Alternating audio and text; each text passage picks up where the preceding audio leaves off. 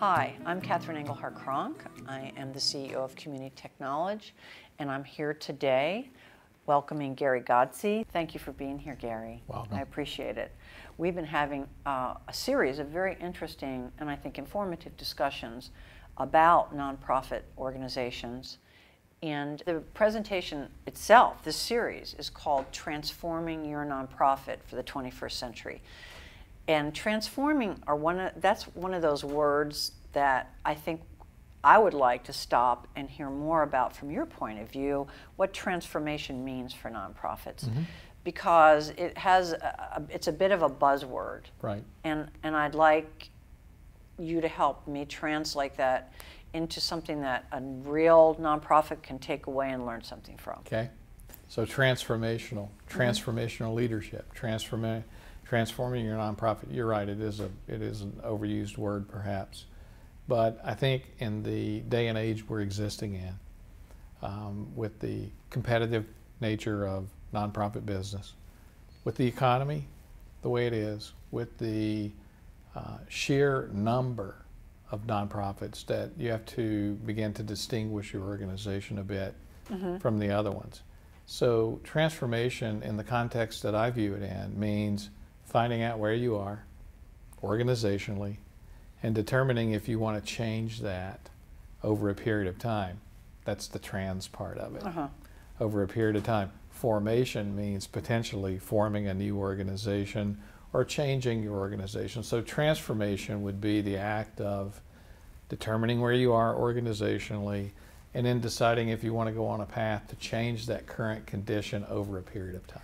Okay, and so what are some components that I would look at in deciding where I am and do I want to change it? Would it be like my funding sources? Would it be my organizational structure?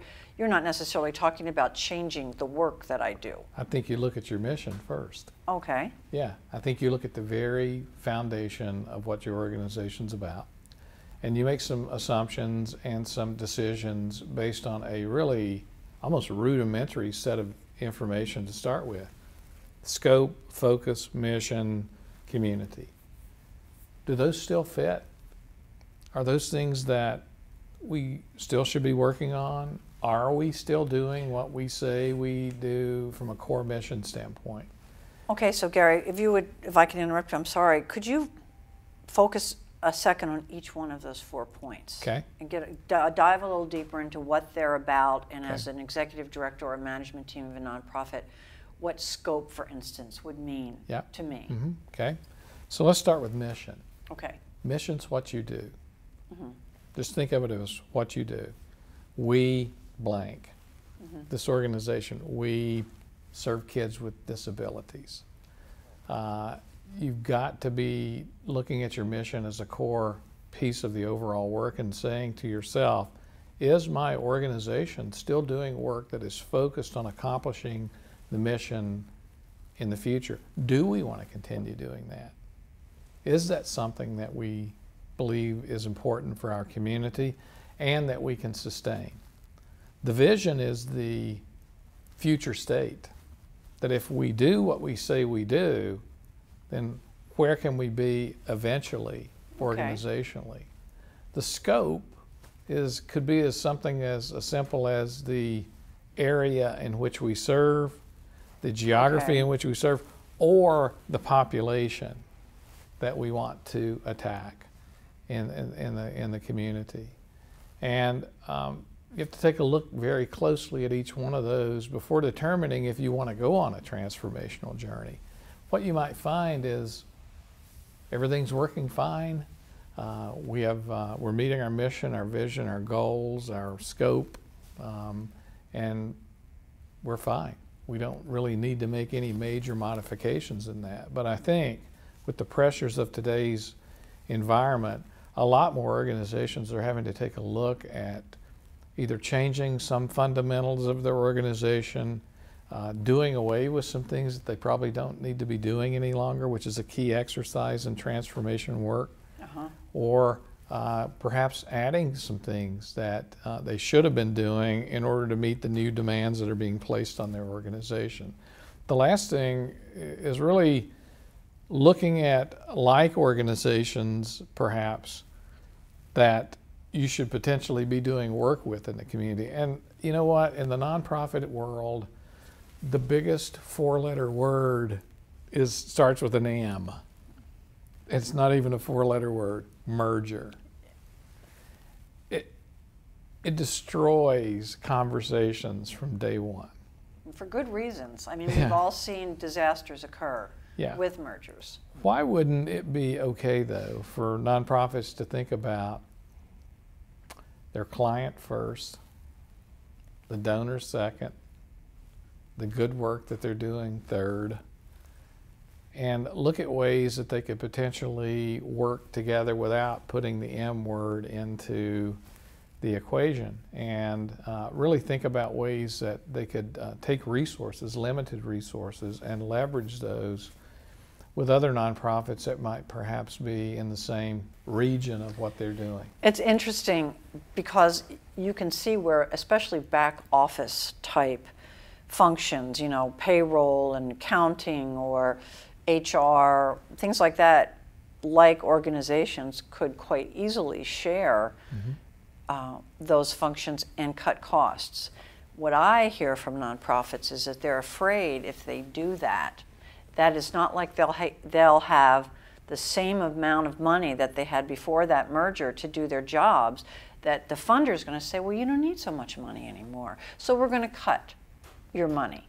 And so they think we're going to go through the pain and anguish of planning this merger and putting it together, and maybe some people losing their jobs, and go through that transformation to find that we haven't really gained anything because our funders have pulled money away. What do you think about that? That's why a transformational, well thought out strategic process is key. If you let emotions get involved in making those decisions, then inevitably, I believe, you won't make the right decision. If you do happen to make the right decision, you're going to back into it somewhere. Because the minute that job protection, emotionalism, conjecture starts to get involved in those things is when they run off track.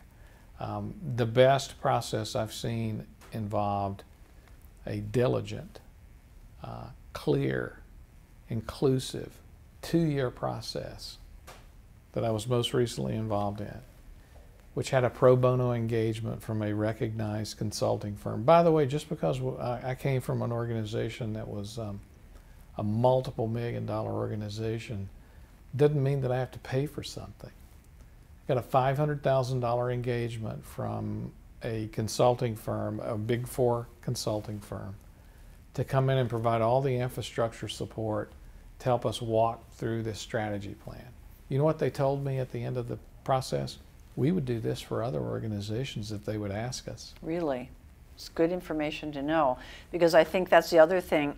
Nonprofits, once again, the executive director, not enough hours in the day, knows that there are other like organizations, is even willing to consider some sort of merger, but they don't even know where to begin. And there are these companies, I'll mention the name of this one, Deloitte Consulting, who set aside millions of dollars for nonprofits across the country in communities where they serve for pro bono services. That's fantastic. And you can probably come up with another 15 or 20 that do the same thing, companies for nonprofit leadership in the community. I also understand that nonprofit management programs increasingly try and provide some merger-related consulting services because they see that as a trend, especially among smaller nonprofits who simply can't get the funding in this economy. Yeah, you know who's going to begin to they do, and we kind of went from transformation to merger because a byproduct of transforming an organization might potentially be merging the organization.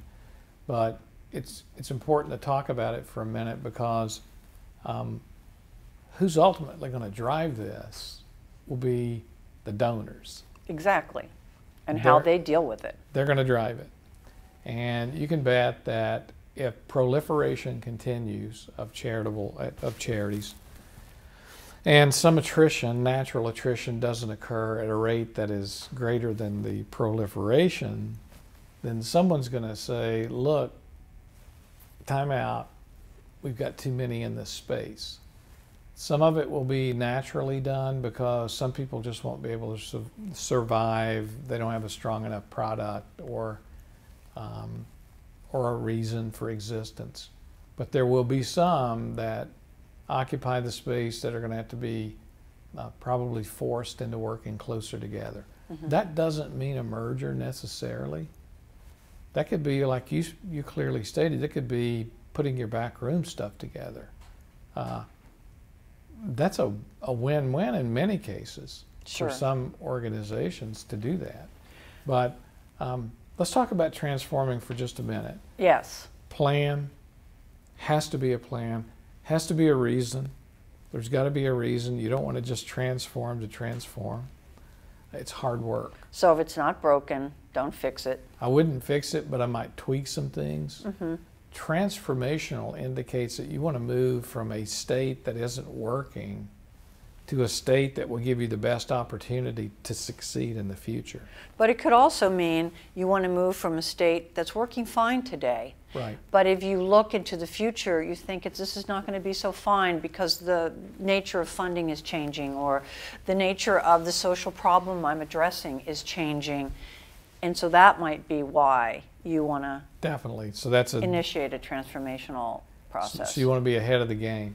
Yes. Yeah. I mean, and that's really, like, as a business owner, 4 years ago, my job was to look ahead and say, technology's changing. The way people buy technology and use it is transforming. I better transform with that, or I will find myself in 2011 without being state of the art.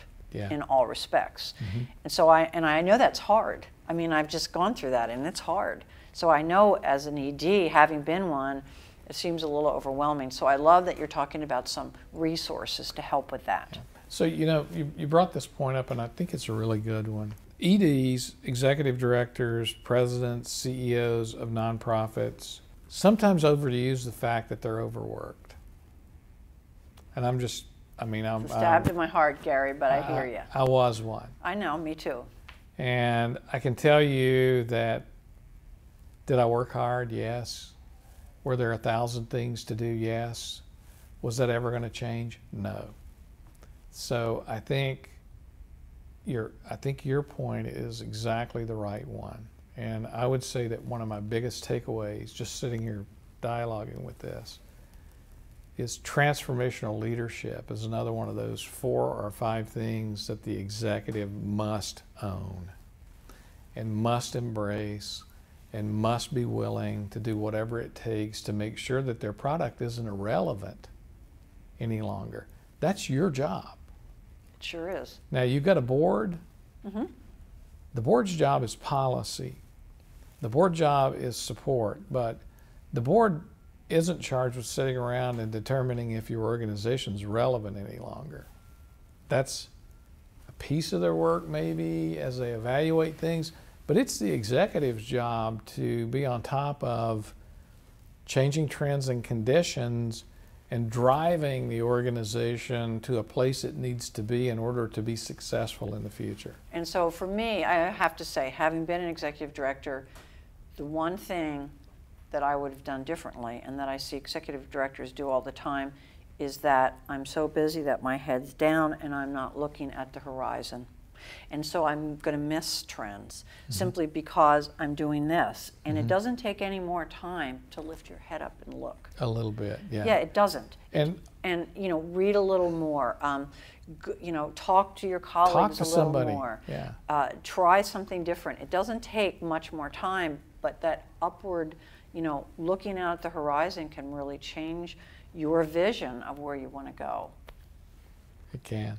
And I think executive directors have traditionally had this sort of, I just have to keep my head down and keep working. You can keep working and put your head up. So perhaps part of the solution to this would be for boards to whom they report to give them that opportunity. Yes. As opposed to measuring their success on all of these old metrics. How about giving them some carrots for success in the future by rewarding them for some proactive, futuristic It's a work. great idea. And if you got your head down like this all the time, and I know what you're talking about, are there some things that you can get out of there that no longer, that you might just be doing because you've done them for 36 years?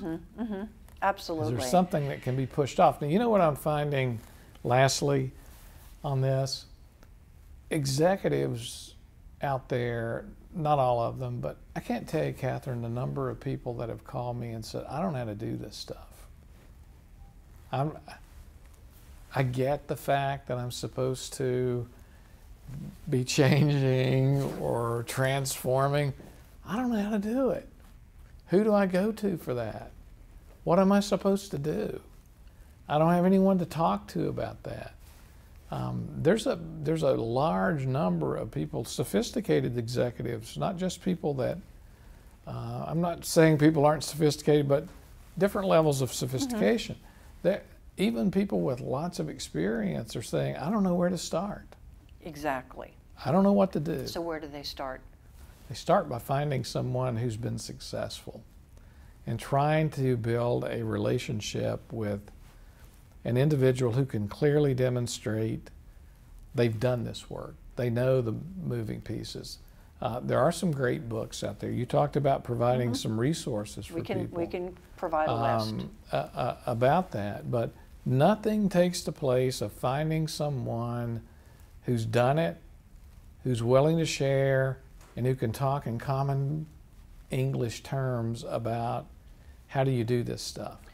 You know, instead of theorizing, because I can give you theory till forever. Well, that's why it's valuable to talk to you, because you've done it. But what I'm taking away from this is maybe the first step in transformation is for the leadership to really go in a room and close the door, whatever they have to do, and look at their own job, their own vision for what they're doing, and see if that needs transforming before they take the next step with the organization. Because without that leadership, nothing else is going to happen. Exactly. So that's a great takeaway for me. And I think for executive directors watching this, just take a few hours, work day or not work day, and start thinking through, what is my job about? What could I do differently? Am I looking in the future?